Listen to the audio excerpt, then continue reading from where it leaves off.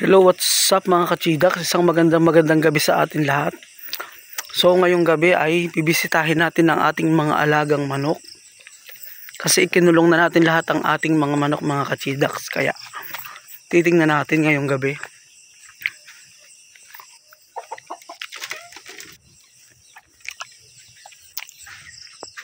So ito ang ating mga Rhode Island at Black Australorp.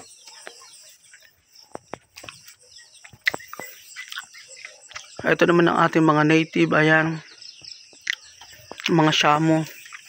Kasi dito na kami naglagay na kami ng mga puga dito sa loob.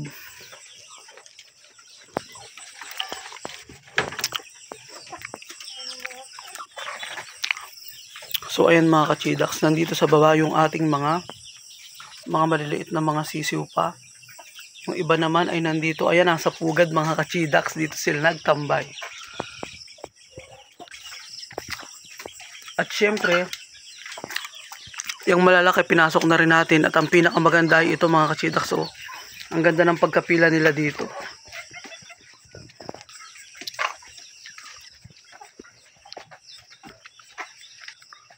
Nakakatuwa silang pagmasdan.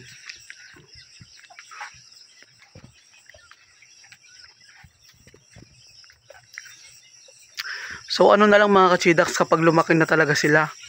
Kasi 3 months na sila ngayon eh. June 9, 3 months sila. Ito mga to 3 months yan, ayan.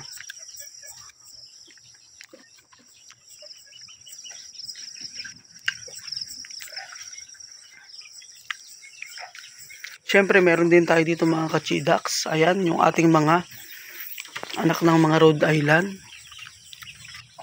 Ayan.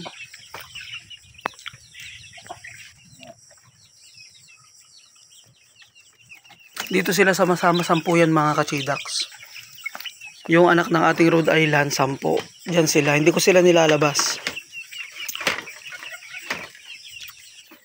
So ito, ayan yung mga nakawala na mga pre-range nating mga manok mga kachidaks ay ipinasok ko na rin dito kasi para masanay na sila.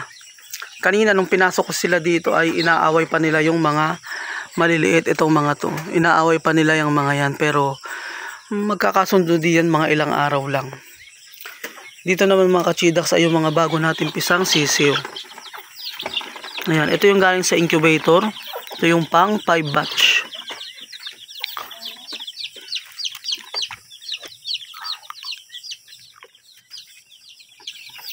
Ang total nito mga kachidaks ay 33. Tapos meron pa tayo dun sa pugad na naglilimlim. So yung isang naglilimlim dun ay napisa na, may 5 na siyang napisa mga kachidaks. So itong mga inahin dito ay nangingitlog dun sa labas, pero pinasok ko na sila dito para dito na sila mangitlog sa loob, ayan.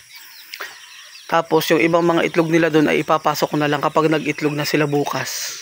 Kasi for sure may mag-iitlog talaga dito bukas. Yan, iyan. Yang isa na yan, ayan. Tapos eto, ayan yan. Kasi 4 na inahin na yung nangiitlog. Yung iba nakakulong pa dun.